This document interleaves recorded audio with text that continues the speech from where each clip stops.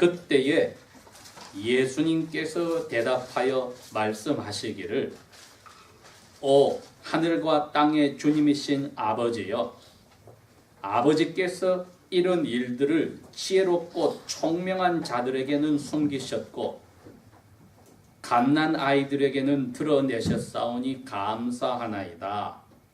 과연 그러하옵나이다. 아버지여, 그렇게 하심이 아버지 보시기에 선하셨나이다. 내 아버지께서 모든 것들을 내게 넘겨주셨사오니 아버지 외에는 아들을 아는 자가 없고 아들과 또 아들이 아버지를 누구에게든지 계시하고자 하는 자들 외에는 아버지를 알지 못하나이다.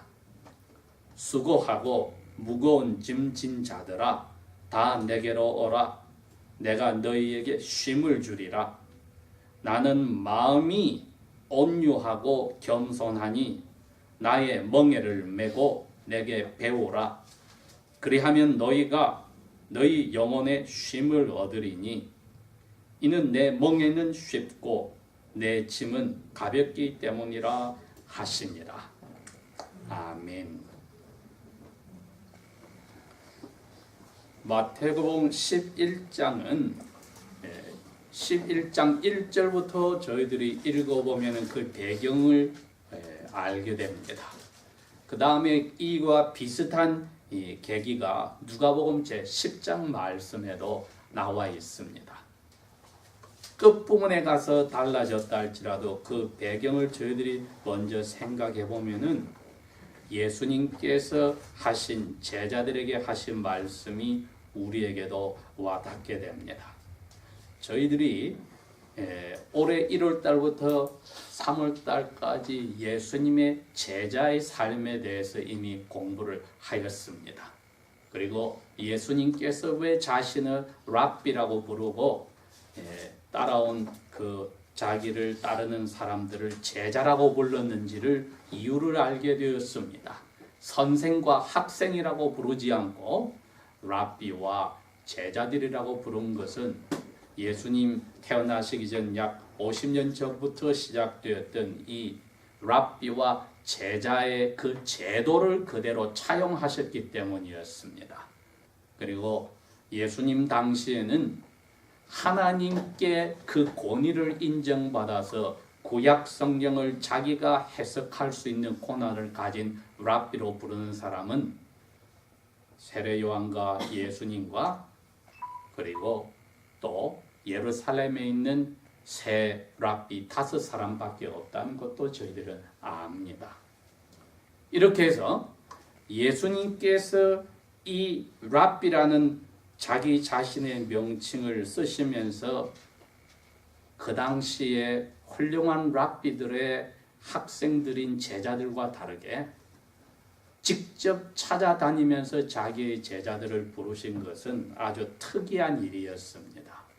심지어 세례 요한까지 그 당시 그 랍비와 제자도의 그 제도를 따라서 자기는 가만히 있고 자기를 랍비로 모시고 싶은 사람들이 왔을 때 그 사람을 제자로 만들었는데 예수님은 거꾸로 제자될 사람을 찾아다녀서 불렀습니다.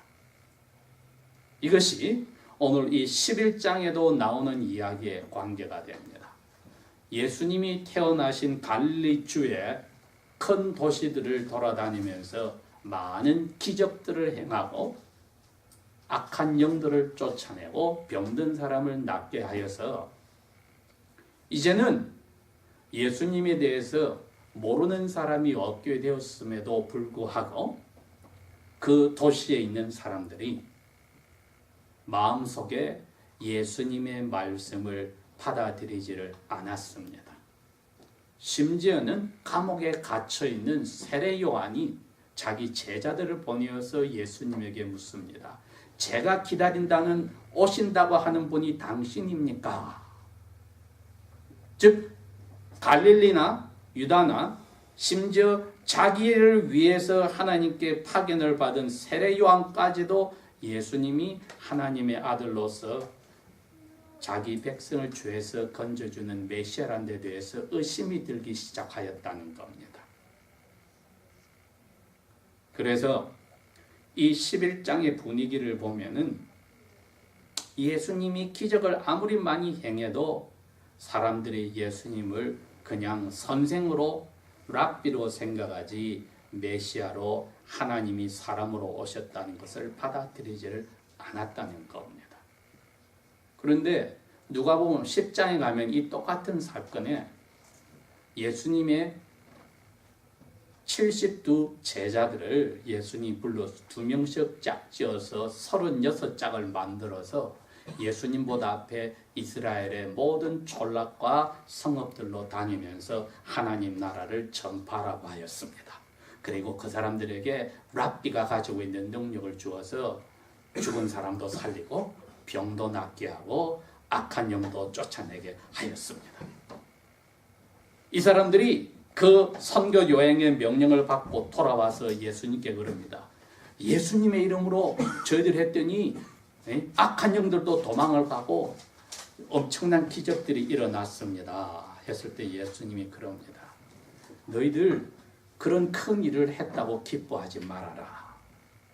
되려 하늘에 너희들이 하나님의 아들, 딸로 나를 통해서 받아졌다는 이름이 새겨진 것을 기뻐하여라. 이렇게 말씀을 하였습니다. 그럴 때 예수님이 하늘을 향해서 아버지께 오늘 25절에 나오는 이 기도가 있었던 겁니다. 하늘과 땅을 만드신 이 우주의 주제 되신 아버지여, 제가 아버지의 이름을 송축합니다. 영어 표현으로는 bless you. 그걸 히브리 말이나 그릭 말로는 감사합니다, 송축합니다 말을 쓰지만 사람이 어떻게 하나님을 복을 주겠습니까? 그래서 우리는 bless you를 번역을 송축한다고 번역을 하는데, 예수님 성령의 감동으로 누가복음에 그 말을 썼습니다. 성령의 감동으로 기뻐서 이 기도를 시작을 했습니다. 아버지께서 이 갈릴리에서 나의 설교를 듣거나 나의 도움을 받고 기적을 본 사람들뿐 아니라 예루살렘에 있는 그 똑똑한 랍비들이나 그 제자들과 수많은 사람들에게 아버지의 뜻을 밝혀주지 않고 나의 이 72명의 제자들, 사람들이 볼 때는 별 볼 일 없는 이 제자들, 마치 갓 태어난 갓난 아이들과 같은 이 제자들에게는 나를 통해서 아버지를 계시해 준 것을 감사합니다. 이렇게 예수님이 감사 기도를 하였습니다. 이 말은 오늘 제가 설교 제목을 붙였듯이 이 제자들만이 원래 랍바이를 따라다니면서 공부했던 목적에 충실한 그 역할을 담당했다는 겁니다. 아까 말씀드린 대로 그 제자들과 랍비의 관계는 제자들이 짧게는 3년, 길게는 15년 동안 이 랍비를 1년 365일 하루 24시간 따라다니면서 같이 식사하고 같이 먹고 자고 심지어 화장실에 갈 때도 같이 따라가고 해서 랍비의 언행심사를 그대로 배우는 것이 2000년이 지난 오늘날의 정통 유대교에서도 아직까지 행해지고 있는 일입니다. 바로 그게 예수님 말씀하신 제자와 랍비와의 관계였습니다. 그런데 이 72명의 제자들은 바로 그 예수님을 따라서 예수님의 말씀을 귀를 기울여서 그대로 행동하고 생각하고 말하고 다른 사람과의 관계에서 움직이고 하기를 원했던 사람이란 겁니다. 그것을 예수님이 이렇게 말했습니다. 갓난애와 같다. 엄마 품에서 젖을 먹고 만족하는, 말도 제대로 하지 못하는, 그러나 엄마를 확실히 아는 갓난애와 같은 사람들이라고 했습니다. 그걸 뒤집어 이야기하면은 나머지 사람들은 똑똑하고 많이 배워서 자기 머릿속에 주관이 뚜렷한 사람들은 갓난아기와 같이 않다는 뜻입니다. 여러분, 그런 사람은 제자가 될 수가 없다는 겁니다. 왜? 제자란 자기가 나이가 30살이든 15살이든 랩바에게 와서 배우겠다면 자기 것은 다 없는 것처럼 하고 무조건 다 배워야 되는데, 갓난아기가 엄마를 통하여서 이 세상을 배웠는데 그 외에 제자가 아닌 사람들은 자기 생각이 있는 겁니다. 자기의 경험이 있는 겁니다. 그리고 자기의 지식으로 판단을 하여서 랍비라는 분에게 와서 제자라고 배운다고 하면서도 취사 선택을 할 때에는 그 사람은 예수님이 말하는 제자가 아닙니다. 저희들이 오늘 이 부분을 잘 새겨야 합니다. 이 72명의 제자들은 예수님께 불림을 받기 전에 어떤 삶을 살았을지 모르더라도 예수님의 제자로 등록한 이상에는, 예수님이 나를 따르라고 말한 이상에는 자기의 지금까지의 모든 경험이나 상식이나 지식이나 기술은 제쳐놓고 랍비 대신 예수님의 언행심사를 그대로 닮아가려고 자기 인생을 다 바쳤습니다. 베드로는 그 제자들을 대표하여 예수님께 그렇게 이야기했습니다.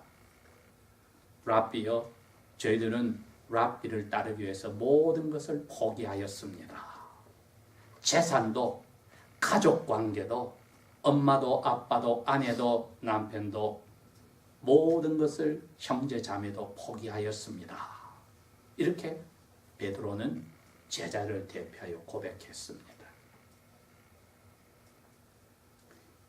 예수님께서 이 기도를 하시고 나서 이제 자신에 대해서 이야기를 하십니다. 뭐라고 이야기를 하시냐면은 아버지께서 나한테 다 맡긴 것을 지금 제가 이야기하겠습니다. 여러분, 메시아가 그겁니다. 하나님이 사람으로 온 자기의 선지자인 메시아에게 모든 걸 다 맡겼다. 이 세상에서 그런 일을 행한 사람은 예수님 전에도 예수님 후에도 없었습니다. 선지자의 역할은 하였을지라도 하늘의 하나님이 이 한 사람에게 모든 걸 다 맡겼다는 것은 있을 수가 없었습니다. 그런데 메시아는 그 일을 하는 겁니다. 그러기에 예수님이 아버지께서 내 손에 다 맡겼기 때문에 저는 아버지를 완전히 알고 아버지도 저를 완전히 알고 이 세상 그 누구도 아버지를 완전히 알 수 없고 이 세상 그 누구도 저를 완전히 알 수 없습니다. 그런데 저를 보내서 사람들에게 이제 아버지가 누군지를 계시하라고 하셨는데 저에게 아버지께서 보낸 사람만이 제가 그 사람에게 계시를 해서 아버지가 누군 줄 알게 합니다. 예수님이 그 이야기를 했지 않습니까? 나를 통하여서는 아버지께로 올 자가 없다 했지 않습니까? 바로 그 이야기입니다. 내가 아버지께로 너희들이 가야 될 길이야. 그러니 나를 통하지 않고 너희들이 아버지를 알 길이 없어 하고 분명히 이야기를 하셨으니까 제자들은 예수님을 통하여서 자기들이 그 전에 알았던 지식으로 알았던 구약 성경의 하나님을 참으로 알게 되었다는 겁니다. 그래서 예수님이 자기가 바로 그 메시아라는 것을 27절에서 밝혀준 겁니다. 내가 아니고는 아버지를 알 수가 없고 아버지가 아니고는 아들을 알 수 없고 아버지를 아들과 아들에게 보낸 사람들이 아버지를 가르쳐 주기 전에는 아버지를 알 사람이 없습니다. 이거는 제자면은 예수님을 통해서 하나님 아버지를 알고 그 제자에서 벗겨난 사람은 절대로 아버지를 모른다는 겁니다. 여러분, 예수님 당시에 이미 그게 갈라졌습니다. 이 마태복음은 유대인들에게 하나님을 믿는다고 하는 유대인들에게 쓴 내용입니다. 성경은 믿지 않는 사람들에게 쓴 게 아니라 믿는 언약을 믿는 사람들에게 쓴 내용입니다. 21세기 저희들에게 오늘 이 말씀을 할 때는 입으로 주여 주여 하는 그러한 거짓 제자들이 아니라 예수님을 통해서 아버지를 아는 제자에게 호소하는 겁니다. 이게 저희 입으로 예수님을 따르고 예수님의 제자라고 하는 것은 참으로 위험천만한 생각입니다. 진정 저희들이 예수님의 언행심사를 그 당시의 제자들처럼 관심을 가지고 사복음서를 철저하게 읽어서 예수님이 하신 말씀대로 따라가고 예수님이 다른 사람과 한 행동을 그대로 닮아가고 예수님의 생각을 닮아가고 예수님의 인생관을 닮아가고 예수님의 부활관을 닮아가고 그렇게 살지 않으면 우리는 가짜 제자라는 겁니다. 그 당시에 예수님을 많이 따라다니는 사람들이 예수님이 가르치는 것을 자기 마음에 맞지 않고 모르겠다고 떠나버렸다고 했습니다. 남아있는 제자들에게 너희들도 떠나려느냐? 제자의 대표가 그럽니다. 베드로가. 생명의 말씀이 당신께 있는데 저희들이 누구에게로 갑니까? 이게 제자와 스승 랩바 예수님과의 관계였고 갓난 어린애들이 엄마 외에는 이 세상에 아무것도 생각할 수 없는 그러한 자세를 예수님이 오늘 이야기한 겁니다. 그런 갓난애와 같은 내 제자들에게 아버지께서 내가 보내신 메시아란 것을 가르쳐 주신 것을 감사합니다. 우리가 이 갓난애와 같은 제자의 심령을 가졌는지 오늘 물어보아야 합니다. 아니면 이 사복음서를 읽으면서도 나는 이렇게 생각해 하여서 예수님의 말씀을 취사 선택하는 불경죄를 저희들이 짓는 가짜 제자가 아닌지도 알아봐야 합니다.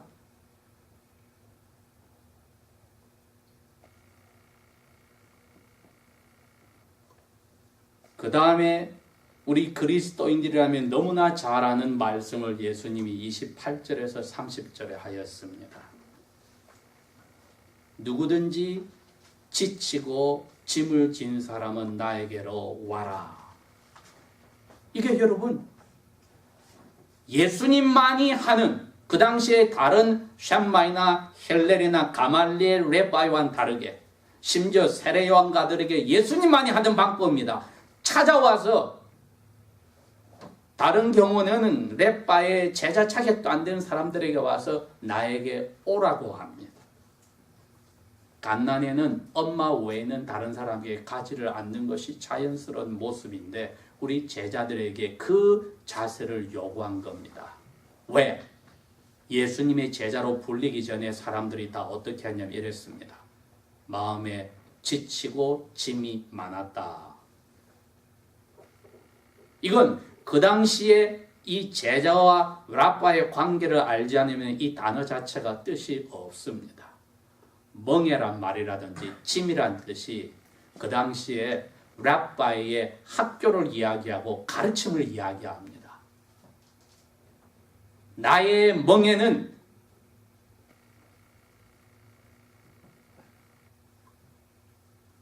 가볍고 쉽다. 나의 짐은 너희들이 지기에 가볍다 했을 때 저희들이 다른 해석을 넣을 게 아니라 예수님의 가르침이 저희들 마음속에 선하고 쓸모있고 쉽고 예수님이 우리에게 가르침으로 주신 그 짐이라는 표현이 짐만하다. 왜? 예수님을 만나기 전에는 제자리 되기 전에는 이스라엘의 모든 다른 사람들처럼 하나님의 말씀을 붙잡고 어떻게 하면 내가 하나님 앞에 사랑을 받고 인정을 받을까 하기 위해서 노력을 무척이나 많이 하였기 때문입니다. 즉 잘못된 레바의 가르침과 선생들의 가르침의 사람들이 영원히 피폐하고 힘들었다는 뜻입니다. 하나님에 대해서 제대로 알지 못하면은 잘못된 신학은 잘못된 생활을 가져옵니다. 예수님이 지금 하신 이야기가 그겁니다.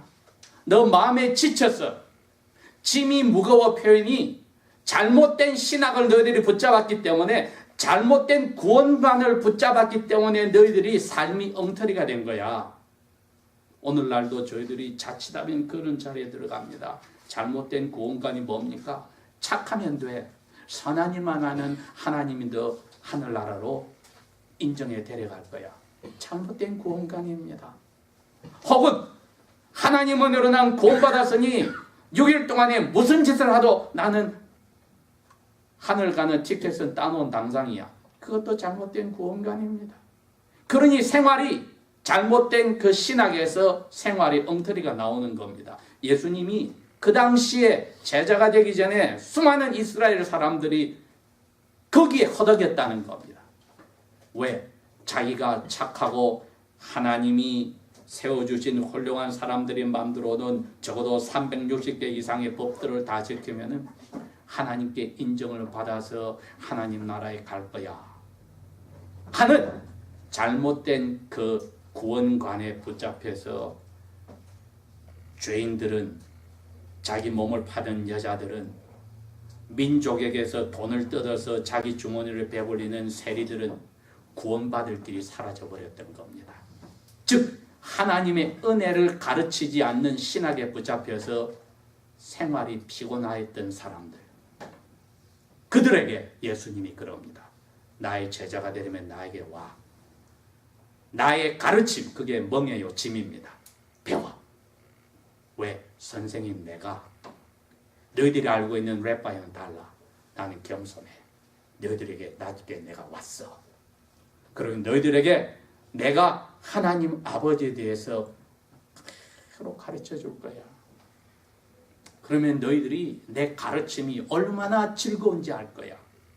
그릭 말로 이 가르침이라는 단어 자체가 즐거움이라는 뜻입니다. 우리가 말하는 리저라는 뜻입니다. 그런데 이게 잘못 뒤틀어지니까 예수님 당시 수많은 유대인들에게는 그 당시에 랩바이들이 가르치는 마음에 부담이 되는 잘못된 구원관과 신학으로 삶이 힘들었던 겁니다. 예수님이 나에게 와. 내가 해결해. 나에게 배워. 제자의 모습이 그겁니다. 배워. 내가 하늘에서 하나님 되는 걸 포기하고 내려왔어. 내 마음대로 안 하고 보내신 아버지 뜻대로 살기로 하였어. 너희들도 선생인 랩바인 나를 통해서 그대로 배워. 나의 가르침은 쉬워. 너희들에게 도움이 돼. 그러면 이 세상에서 제일 중요한 너희 마음을 너희들이 편하게 평화를 유지하는 것을 맛보는 거야. 빌립보서 2장 4절에 가서 사도 바울이 2장 3절에 교인들에 그럽니다. 여러분, 예수님의 마음을 닮아서 스스로 낮춰서 멤버들 서로가 자기보다도 더 낫다고 그렇게 생각을 해야 합니다. 이게 랩바이 예수님을 따라가는 제자의 모습으로 어린애가 엄마를 그대로 믿고 엄마에게 통해 세상을 알아가듯이 우리들도 예수님의 가르침을 갓난 어린애처럼 받는 길입니다. 그 이야기를 합니다. 이 72명의 제자뿐 아니라 2000년 동안에 수많은 하나님의 자녀들이 예수님의 제자로서 이 길로 들어왔습니다. 저희들이 이 올바른 아버지를 예수를 통해서 알고 올바른 구원관을 안다면은 우리의 삶은 주일날 아침에 올 때 몸은 피곤할지라도 우리의 마음은 영혼은 피곤하지가 않습니다. 왜? 여기 예수님이 쉼을 얻는다는 단어가 뜻이 회춘을 시킨다는 뜻입니다. 다시 힘을 얻게 할 거다. Refreshing, rejuvenating, 힘을 얻게 할 거다. 그러니 이사야가 말했듯이 독수리가 날개치며 올라가듯이 창공을 치솟아 올라갈 것이라고 하였으니 저희들이 오늘 갓난아기와 같은 예수님의 말씀 언행심사를 닮아가는 제자인지를 스스로 물어봅니다. 기도하겠습니다.